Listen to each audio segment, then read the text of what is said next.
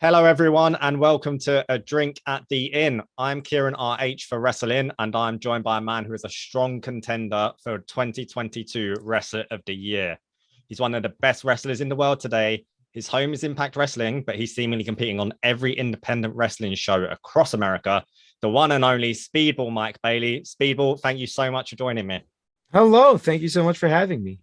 So, first and foremost, congratulations on your recent marriage to the wonderful Vader Scott. How is married life treating you?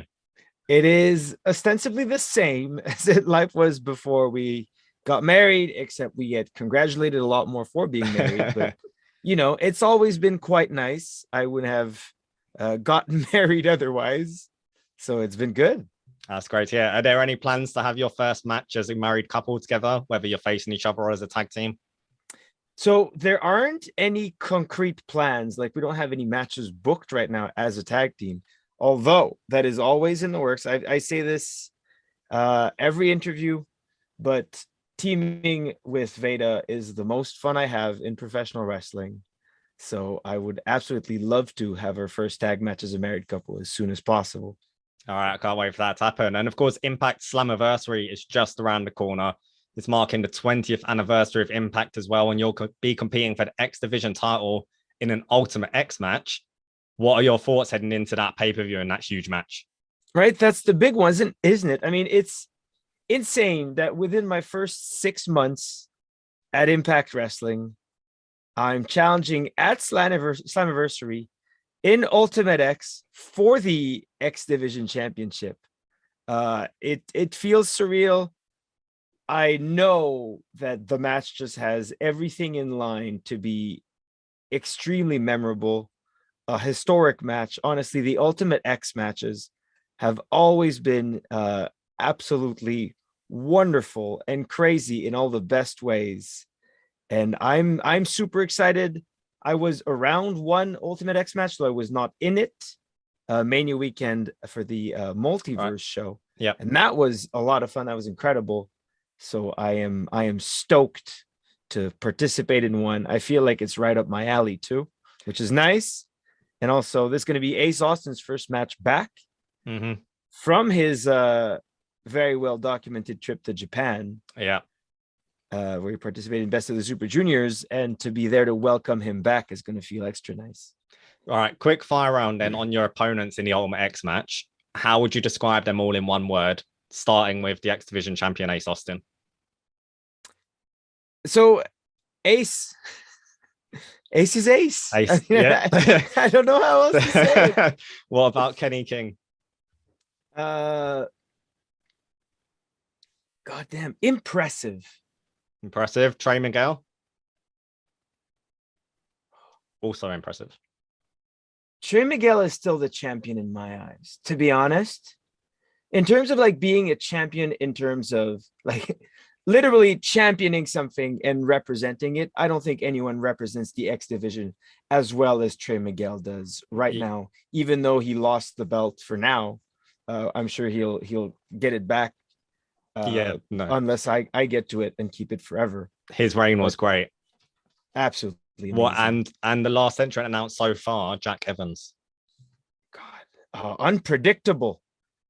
Maybe the most unpredictable man in professional wrestling, all of professional wrestling. No one could have guessed he would even be in that match. Nope. Yet here he is. And God damn it, the history behind Jack Evans is absolutely crazy. We know what he's capable of in these kinds of matches. We've seen him at Cage of Death, goddamn nigh on 20 years ago, doing some of the most insane stunts that have legitimately ever been performed within the setting of professional wrestling. And since you debuted in Impact, you've been involved in X Division heavily. I think it's simply a matter of when you win the X Division title, not if you win the X Division title. Oh, thank you. But I think so as well. Has being involved with X Division, has that been a goal you've always had? Was it something that really drew you into signing with Impact in the first place? So absolutely. I think any pro wrestler of my generation, or in my age group, is gonna have been influenced directly by the X Division and the kind of wrestling and the kind of matches that were put on in TNA and Impact. In its beginnings. I know for myself, I'm 31 years old. I started watching wrestling at 7 years old, but watching wrestling with the intent of becoming a wrestler around 13, 14 years old. All right. Yeah. Which is when, it's a different thing, but I remember very clearly those, AJ Styles, Low Key, Amazing Red, Jerry Lynn, early X Division matches. And that being really formative in a way of like, well, okay, compared to everything else that's going on, this is the kind of wrestling I want to do. Mm-hmm. Got you. And of course, pre-pandemic, you were a mainstay in DDT over in Japan. Competed them for so many years. I've been lucky enough to actually see you compete in Japan for DDT. Gonna get to that later. But given how much history you have with them, is there plans for you to return to DDT eventually to get back over to Japan? I mean, I would absolutely love to. I've been quite busy in the US, which has made things a little bit difficult, but I still obviously keep up with everything that's going on with DDT. I think DDT is definitely one of the best promotions on the planet. And I've said it for many years now that Konosuke Takeshita was probably the greatest wrestler on earth. And he is a many-time DDT champion, and he's tearing it up in AEW right now. And I think he is very representative of the caliber of talent that is in DDT. And, on top of being wildly entertaining and having very much a different feel than a lot of the other major Japanese promotions, DDT undoubtedly has some of the best wrestling on the planet. Yeah, 100%. It's so cool to see Takeshita getting his moment in America, getting put into big matches in AEW. It's so cool to see. But another big part of your time in DDT was, of course, Moonlight Express alongside Mao. How badly have you been missing him, given you haven't been able to see him for probably a few years now because of the pandemic? It's a lot, to be honest, and especially seeing all those teams in America that would be potential matchups for me and Mao. That's been especially hard. I've been, going through matches in my head that he and I could have over here, and it's a lot, and they're all really great. And I'm hoping they can happen someday. And at the moment, he's the KOD tag team champion alongside Oscar, also known as Benny. So someone on Twitter wanted me to ask the all-important question: when do we get Speedball versus Venny for the right to be Mao's tag team partner? Hopefully soon. Venny Asuka is absolutely fantastic. Terrific professional wrestler. I'm glad they've been tearing it up the way they have in Japan. I think they're booked in America quite soon. I know Venny is over in the UK next week, and I'm luckily seeing her. Yeah, I'm seeing Asuka Venny next weekend. I'm very excited for that at Pro Wrestling Eve. Yeah, I'm very excited for the world to see more of Venny. And then, so you already mentioned, so many matches you want to get into with Mao in the tag team scene in America. Do you think there's any chance we could see Moonlight Express together in Impact one day? I think that's possible.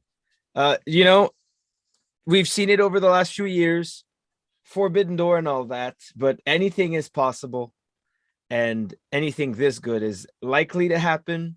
So yeah, why not? So sticking with Moonlight Express as well, early on when you and Mal first got together, there was some comparisons, between fans, and I think it was even mentioned on DDT commentary between Moonlight Express and Golden Lovers.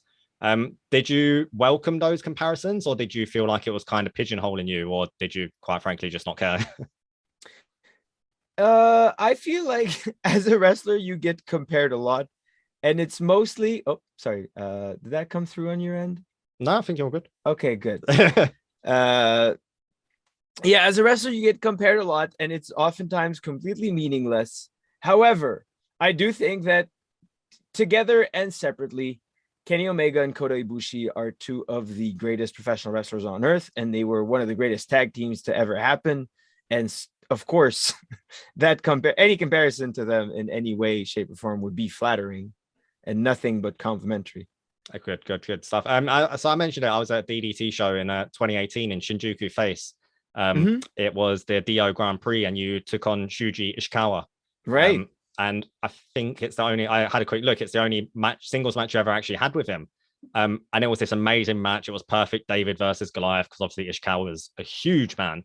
Do you have any memories of that match in particular? Just because I think it was my first DDT show, and it was certainly my first DDT show in Japan.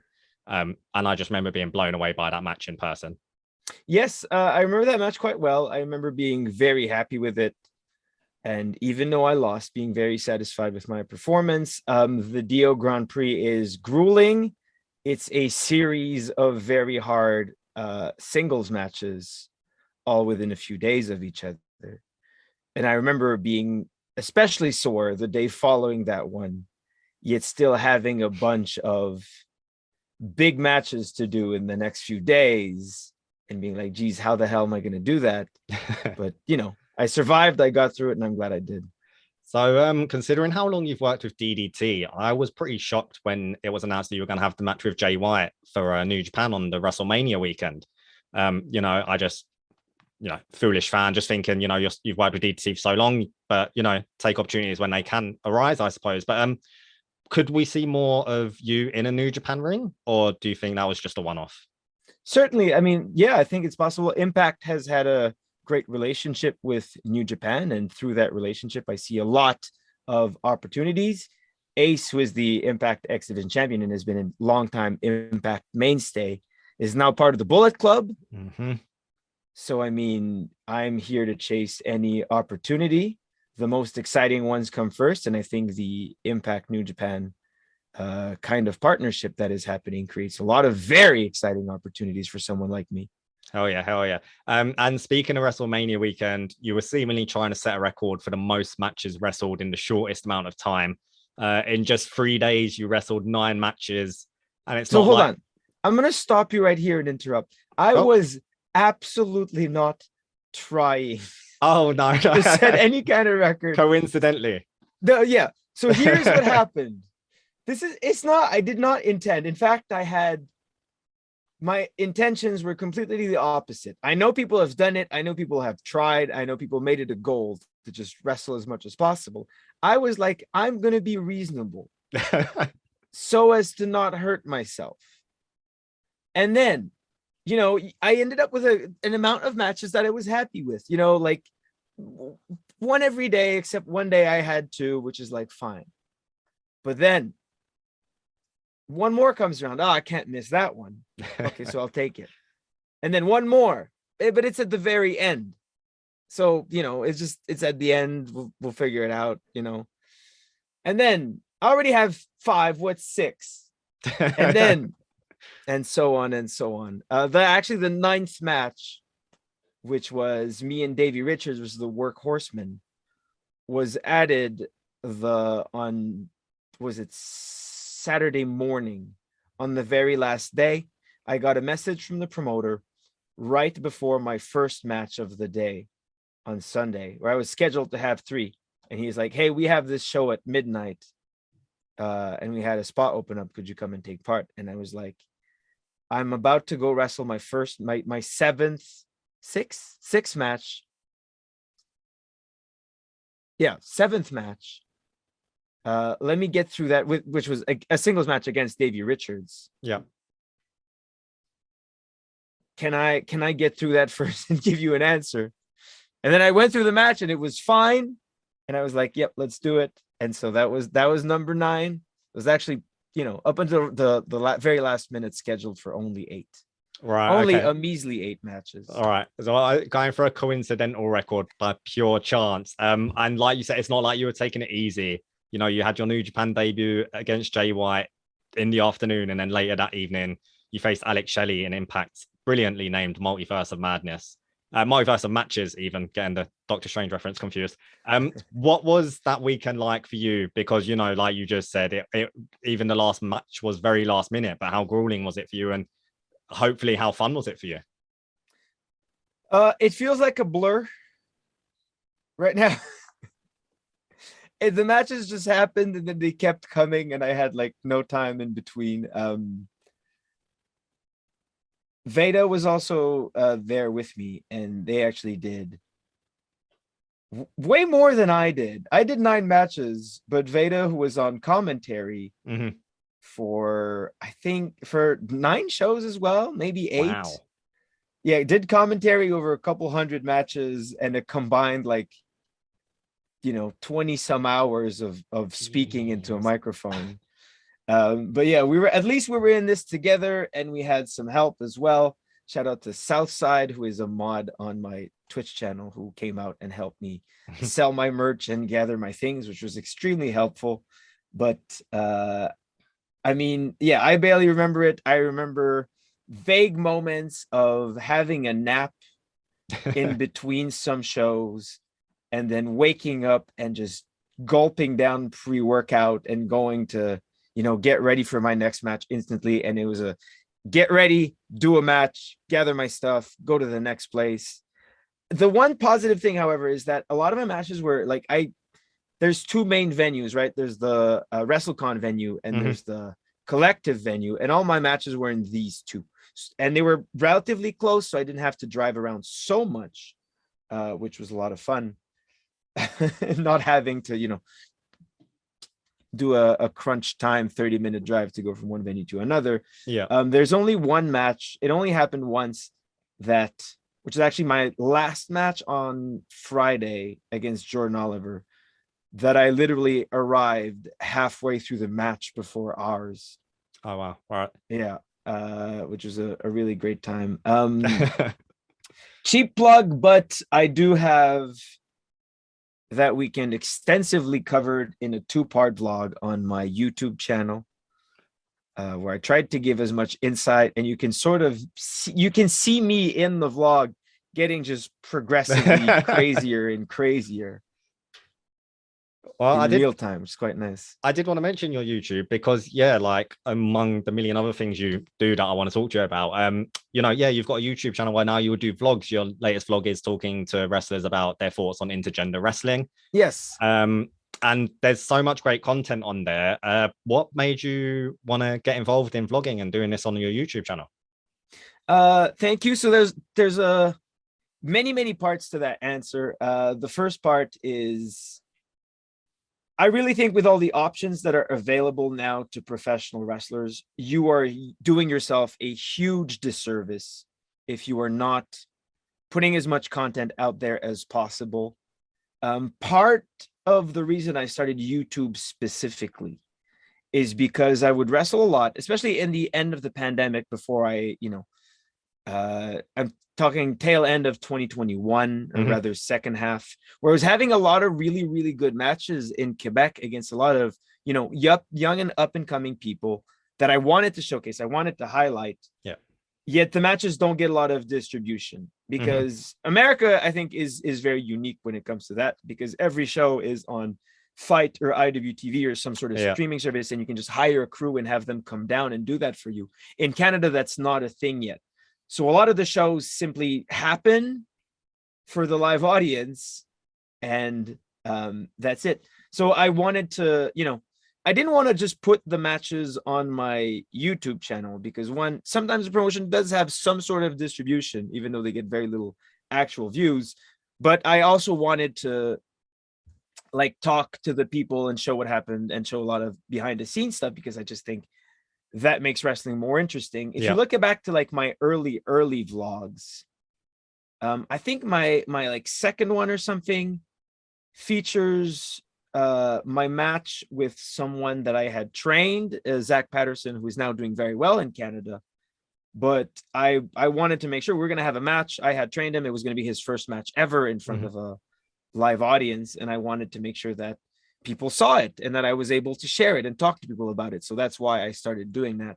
Since then, however, I'm kind of trying to get away from vlog content a little bit, which is much more difficult. But the 2 videos right now that I've made that are, kind of answering questions about professional wrestling and getting different people's opinions on it have been a lot more popular, and I've liked them a lot more than just the vlogs, because the vlogs are, the advantage of vlogging in professional wrestling is that it's very easy to make.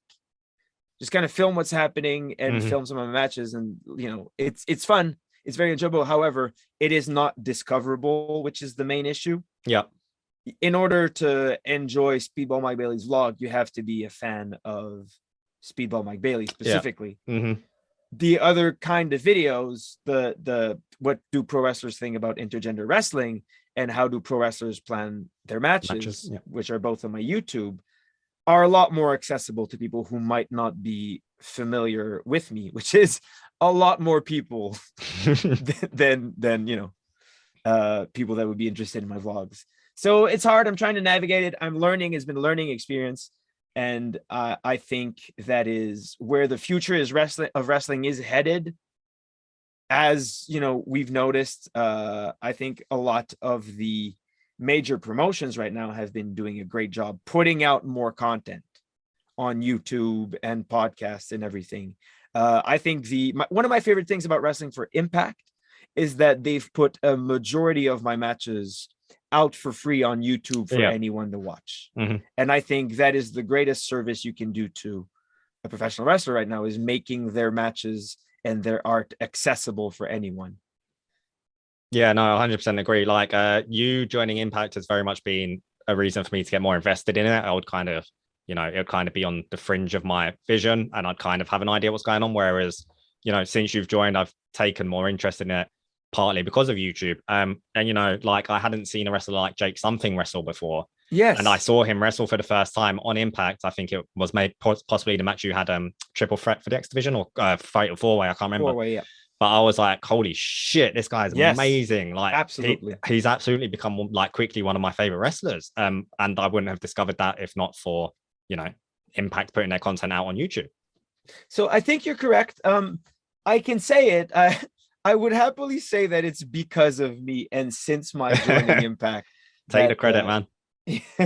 However, no, but I think since before the pandemic, Impact has been kind of putting their content in a different direction than they were before. And I think what they put on right now is absolutely fantastic. The pandemic was kind of a weird period for professional wrestling. And I think since coming back to live audiences, Impact has been consistently putting on great shows and highlighting new talent that deserves to be highlighted. And the Impact product has been amazing for a while now. And I think it just, took something like wrestling being weird for a while in order for people to kind of, see things from a new perspective. And I think I joined in the beginning of the year, but since the beginning of the year, Impact has had some really, really great momentum because they've been doing a lot of things right. And I'm happy that people are starting to see that. I wish I could take all the credit for it, but I'm only going to take most of the credit. In solid 99%. Yeah. 99, between 99.9, 99.5. Yeah.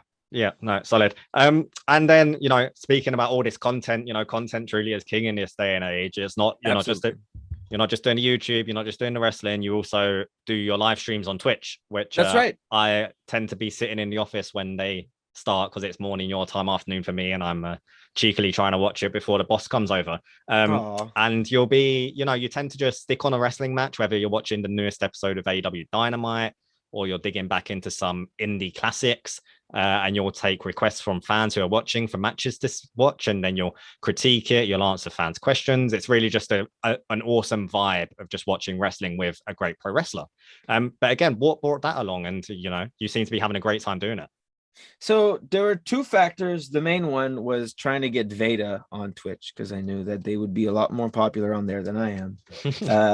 The other one was, from being locked up at home and wanting to reconnect with the wrestling community and my audience and supporters that, I had made connections with over the years and I hadn't been able to see because wrestling was not allowed in front of audiences for a couple years.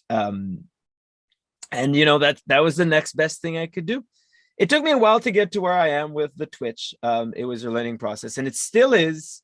I honestly feel like I've sort of let it go by the wayside a little bit, being so busy with bookings recently. However, when I started, I was, I played video games because I thought that's what you do on Twitch. But it quickly turned into just me watching wrestling because that's what I enjoy doing. Mhm. That's what I would do anyways. That's what I would do.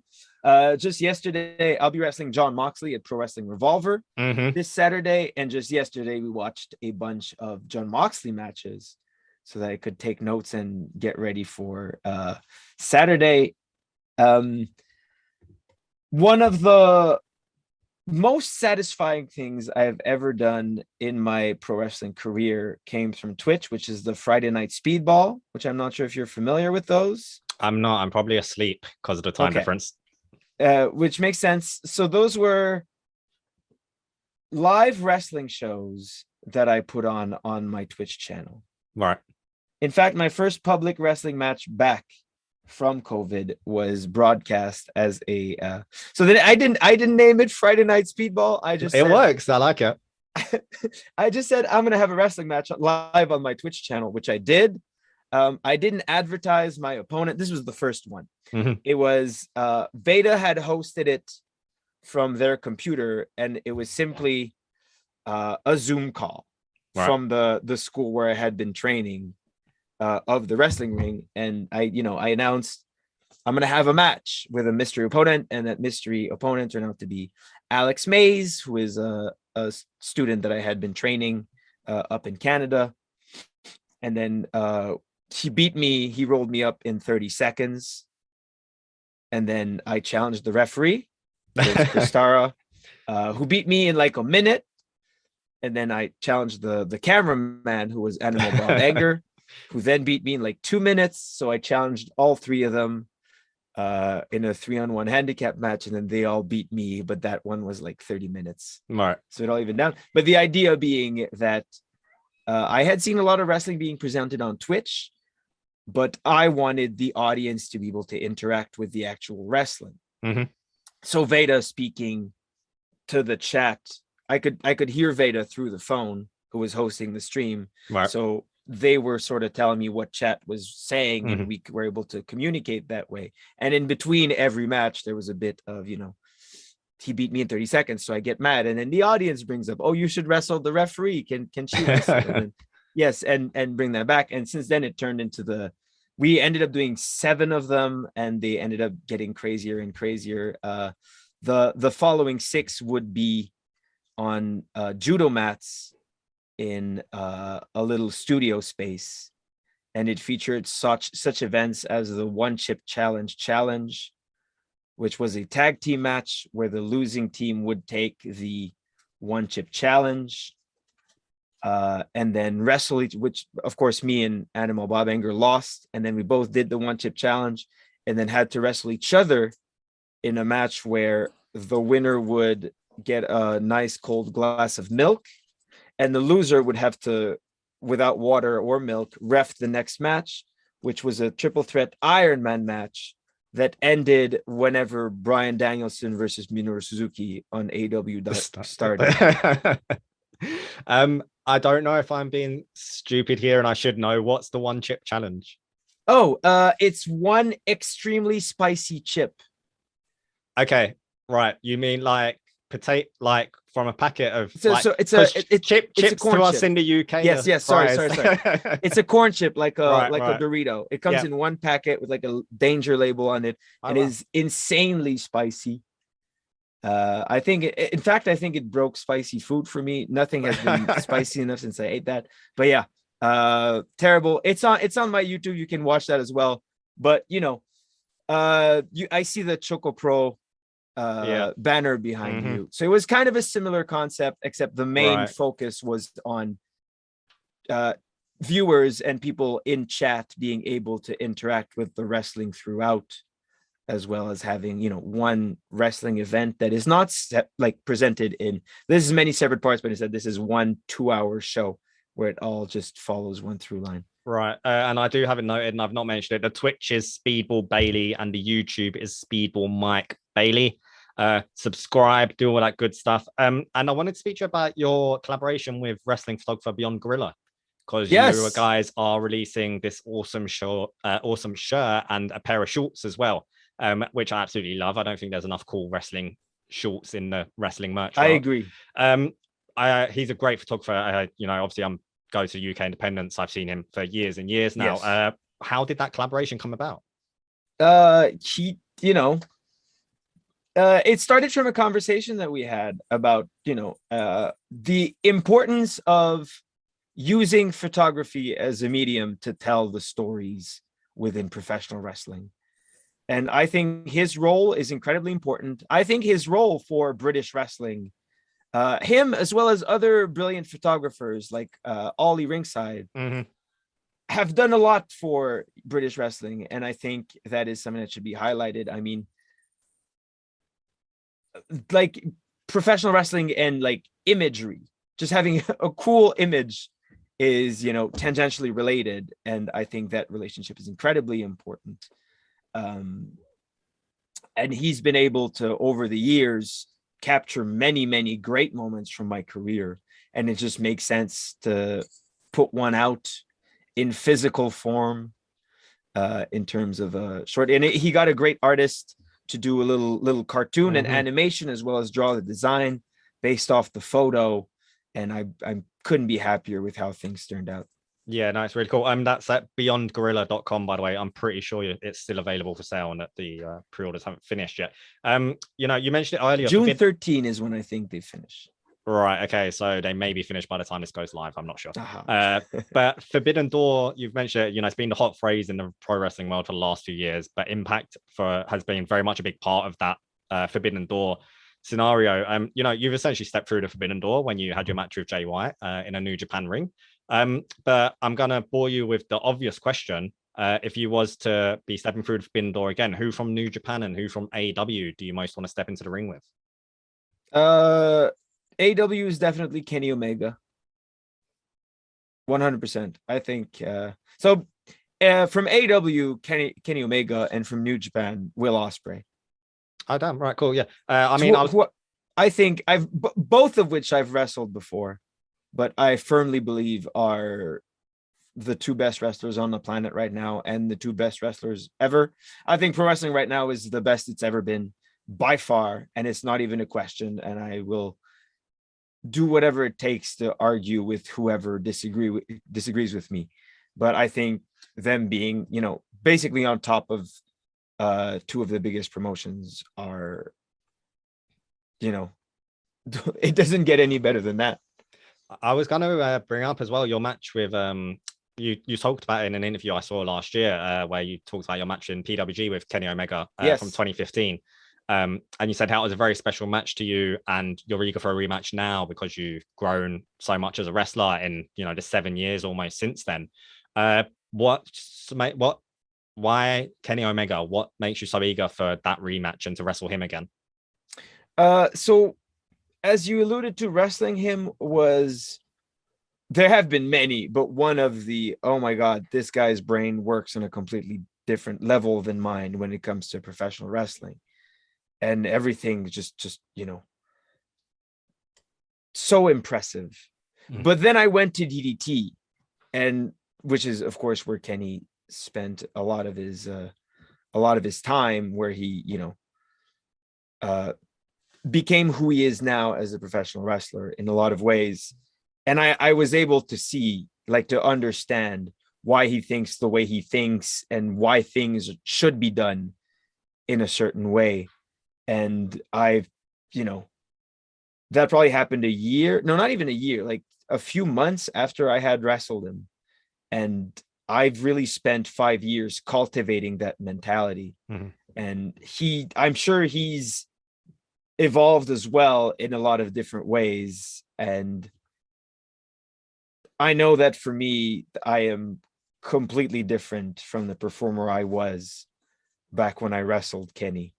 And I would love to see how that goes now, because I'm sure that if you compared the two, the latest one would be incomparably good. And people still enjoy the old one, which is wild to me. No, hell yeah. I posted the clip actually the other day of you taking the Dr. Bomb on the trash can, and people loved it. Rick Knox getting knocked out by the bin of first, of course. Yes.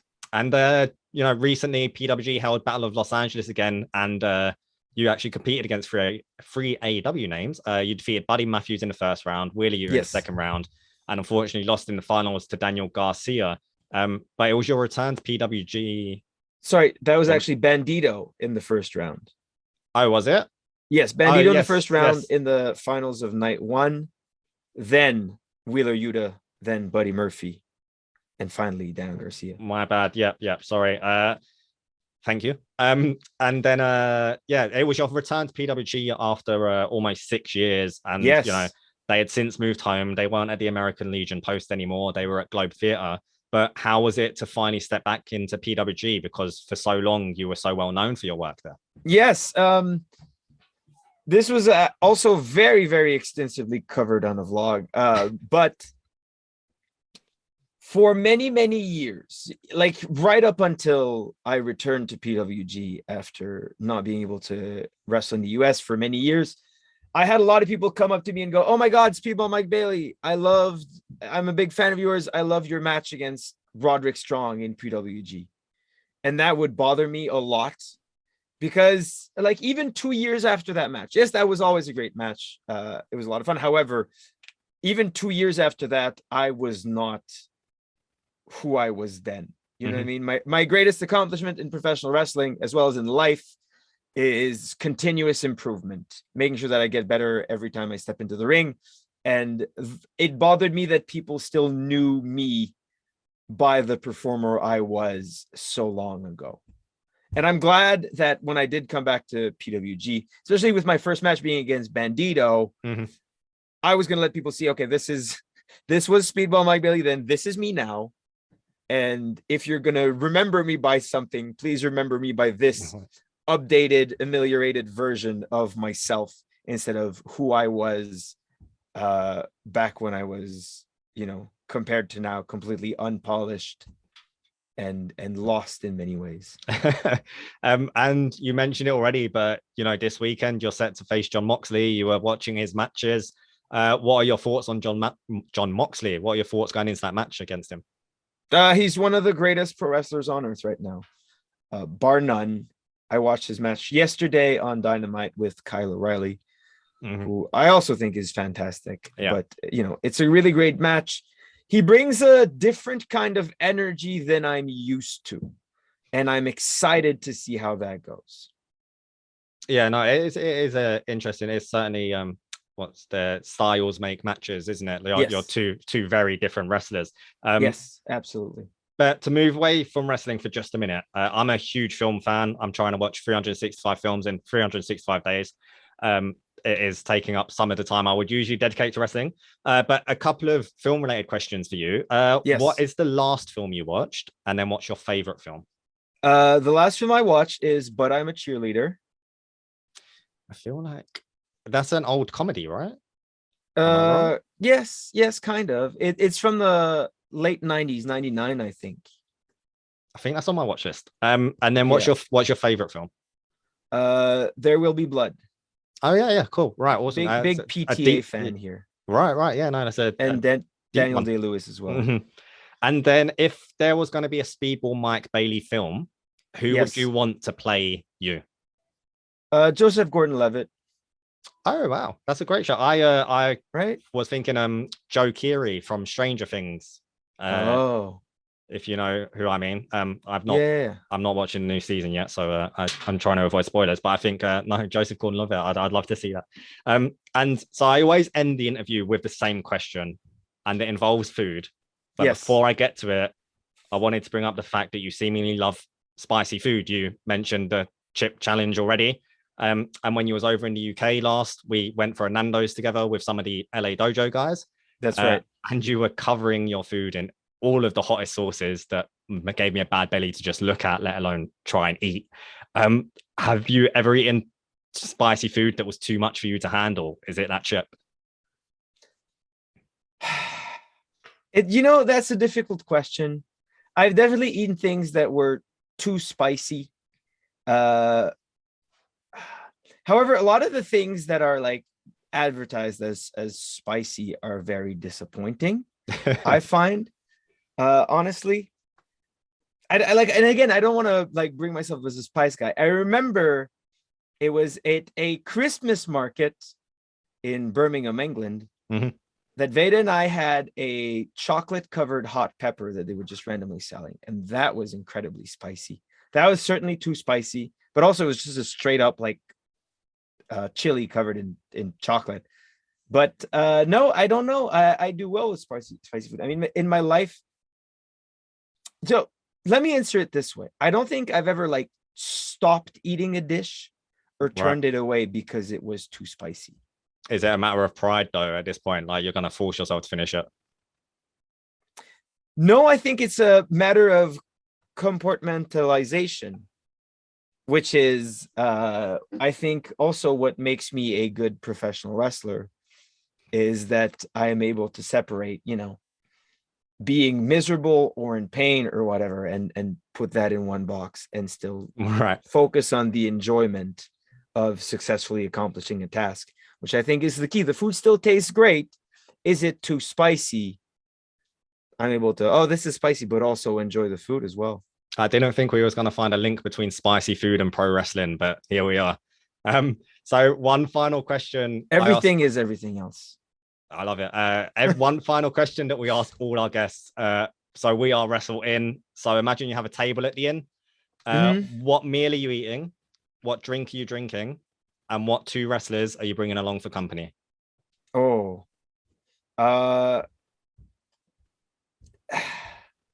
so the people that I'm bringing along for company is, it's I have to say Veda, of course. I realize is a cheesy answer, but I married them for a reason, right? I married anyone else.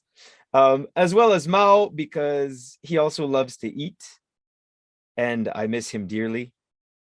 And we are having a very, very flavorful vegan tonkatsu.